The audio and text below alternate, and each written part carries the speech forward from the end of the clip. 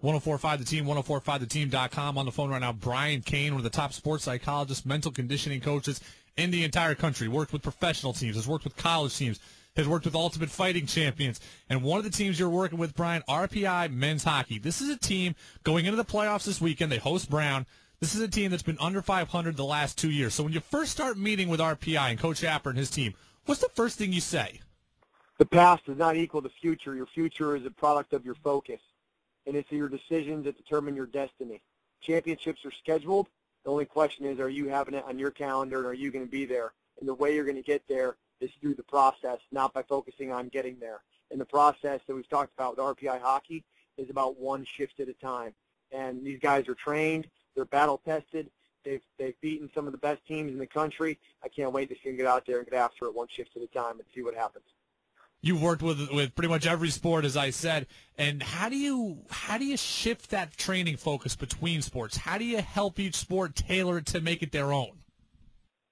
Well, there's certain principles, I think, that apply to every sport. So, for example, if you take ice hockey, it's a game of one shift at a time. Now, that shift, when you go over the boards and your skates at the ice, it's probably about 40 to 45 seconds of relentless, all-out effort. And then you're over the boards, and you've got 2 minutes or so to either release that last shift and get ready to focus on the next one, or to kind of beat yourself up and, hold on to that shift if you're out there and you give up a goal or you miss an empty net, something like that. Where in baseball, your shift is that pitch, and it's about 3 seconds. In football, it's a play. It's about 6 seconds. In baseball, you then have maybe 12 seconds to get inside your head before the next pitch. And in football, you might have, 30 seconds before the next play. So in hockey, the pitch or the play, which we're calling the shift, is longer, and then the time between shifts is longer as well. So it's the same process. It's just drawn out a little bit more. Mental conditioning coach Brian Cain with us, 1045 The Team, 1045theteam.com. Works with the RPI hockey program. Engineers getting ready for the ECAC playoffs this weekend. 3-game series at home against Brown. Brian, you always hear the debate about which sport is the toughest, which one has the toughest mental grind, and which one requires the most mental toughness. Can you even put it into words, or does each sport just have their own specific set of challenges? Brady, it's a great question. Every sport has their own particular challenges. In baseball, you're not getting hit in the back and get beat up like you are in ice hockey. But I think the most mental sport is probably, it's either golf or mixed martial arts fighting, in my opinion. In golf, you go play 18 holes, you walk the course for 4.5 hours, you're actually executing a skill for about 6 minutes. Baseball, they say a 9-inning game, you're actually executing a skill for about 14 minutes. The rest of the time you're standing around and waiting. And a football game is about, 15 to 20 minutes of execution. So there's all that time with waiting, and that's what makes it a mental game. Now, mixed martial arts fighting is a little bit different of a beast, because imagine going through an entire spring training of baseball, 6 to 8 weeks for one 15-minute fight, which would be like one at-bat in baseball. So that has a totally different mental component to it. In terms of the anticipation and the lead-up and the 3 or 4 days before the fight. And a lot of times guys get in there because it means so much that they fight not to lose instead of fighting to win. And, one of the best guys of all time, not too far from Troy, New York, was Georges St. Pierre up in Montreal, and a guy who recently lost his UFC title but beat Anderson Silva twice, Chris Weidman down on Long Island. Interesting you bring up the UFC, because we've been talking a lot about UFC lately, and we've been talking specifically about Conor McGregor. And I know one of the techniques that you talk about is positive self-talk and positive imagery. And while Conor McGregor seems to be the poster child for that kind of attitude, is that all organic? Is he just cocky and arrogant, or is he just employing a technique that you teach? It's funny you mentioned Conor McGregor. Conor's fighting this Saturday, March 5th, against, his opponent changed at the last minute, went from Rafael Dos Anjos, who I've actually cornered against twice and lost both times. That guy's a beast. And he's fighting Nate Diaz, and Nate Diaz is a tough opponent, and both guys have kind of that same elite trash-talking game. I think McGregor much more refined. But Conor's smart, man. I mean, Conor is an elite athlete. He's an elite with his mental game. He's a huge believer in the law of attraction, and if you see it in your mind and you can feel it and you put it out there and you're vocal with it, which is something that not a lot of people are, and he does it partially to sell fights, but also partially because that's what he believes.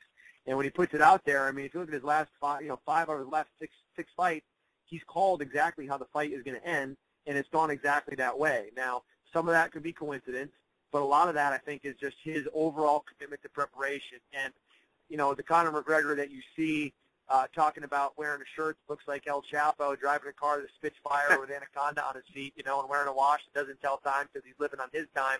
A lot of that is part of his mindset and the fun that he has with what he does. I think because he has so much fun, but he's also world-class in his training. I mean, there ain't a guy that trains probably smarter or harder than Conor McGregor right now in the UFC. I mean, he's an absolute beast. Mental conditioning coach Brian Cain with us, 104.5 The Team, 104.5theteam.com. Brian, sticking with the UFC, so we all saw the Ronda Rousey interview on Ellen, and she really kind of shed light on the fact that she went to just a dark place after her loss to Holly Holm. If you're working with her, what do you say to her? How do you get her back in the octagon? I probably start with asking a lot of questions and start by asking her, what is it that you really want? And that happens a lot with athletes. I mean, you saw it with Mike Tyson. When athletes get to a certain level of performance where they're so far better than everyone else, sometimes their perspective is skewed, and they're around people who feed them a skewed perspective as well. So I think some of that maybe happened to Ronda, but I'll tell you what, man, Ronda Rousey also deserves to be able to go make moves. I mean, she's making more money without getting punched in the face. Why wouldn't you do that? So I think there's, and it happened with St. Pierre a little bit. Where there's a distraction with everything that goes on, and sometimes you get this aura of invincibility, which helps you, but also hurts you, right? In life, everything's good and bad. It's not good or bad. And, I think with Ronda, what I would say is, one, what do you want? And two, know this, fighting is what you do. It's not who you are. You are way more than a fighter.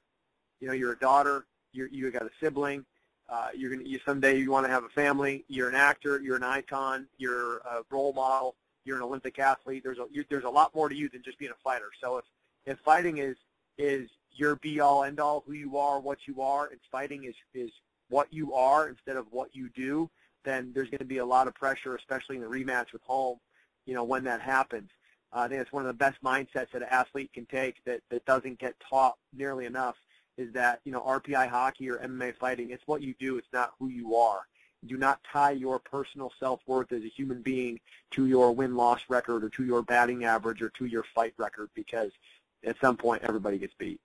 Sports psychologist Brian Cain with us, 104.5 The Team, 104.5theteam.com, works with RPI Hockey. Engineers playing Brown this weekend, ECAC playoffs. So, Brian, how does it work? How does Seth Appert go to you and say, I need to be working with Brian Cain? How do you get him to buy in so he can get his team to buy in? Well, I first came to RPI probably 3 or 4 years ago and spoke to all of their coaches and athletes in their department. And, when the session's done, I'm packing up my laptop and I look up and there's 3 or 4 hockey guys, Jason Kasdorf and Chris Bradley and these guys who I think were probably freshmen or sophomore at the time. And they're down there picking my brain for an hour after the session. So I was fired up. I was excited about it. RPI is with hockey being the Division I program on campus. And then, Apps asked me to come back in, and, Ralph Isernia with the football program did some work with those guys as well, and came back in and had a chance to speak to their athletes for a second time. And same thing, Apps said, hey, our guys are into it. They're looking for an edge. We know what you did with the University of Vermont years ago when they went to the Frozen Four. Your results speak for yourself. Would you come in and work with us? And, I'm a huge Seth Appert fan. I love the RPI student athlete, that high academic and commitment to excellence in athletics as well. So I was all in. And even with the football program and Coach I mean, that's a quality human being that those two programs are pumping out. And it was an honor to be a part of that process. So to be able to help them position themselves where everything that they want is still in front of them, has been fun, but by no means is the work done, and by no means are we focused on, what's happened in the past. All systems go on one shift at a time this weekend.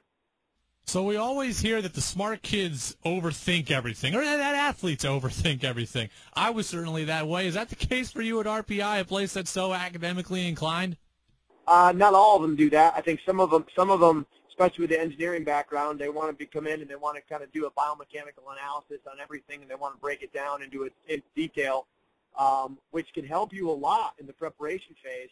But when it comes time to compete, you can't compete out of a thought process. You got to compete out of a trust process, and what they trust is their training, right? And this weekend, and this is where RPI, I believe, is going to have an advantage as the season goes longer, is no, you don't rise to the occasion. They're not going to rise to the occasion against Brown and play the best hockey they've played all year and play out of their mind. They're going to sink to their levels of training and habits. And with the Seth Appert coach team, you're going to sink to a level that's going to be higher than the competition. I guarantee you that. We're going to talk to Seth Appert on Thursday as he gets ready for the playoffs, ECAC playoffs this weekend, RPI against Brown. Brian Cain, our mental conditioning coach, one of the top mental conditioning coaches in the entire world with us, works with pretty much everyone who is anyone in the sports world. So, Brian, thanks for being with us. How can people go and learn more about you and peak performance? It's my pleasure, Brady. And for the listeners, if they want more, they can go to briancain.com, BrianCain.com. And first thing I would encourage them to do, because it's easy to get lost down there, there's so much great content, is to just sign up for my Monday message, and they'll get a video from me every Monday, which is the same video that the RPI hockey players are beginning, so that they can continue to absolutely, positively dominate the day.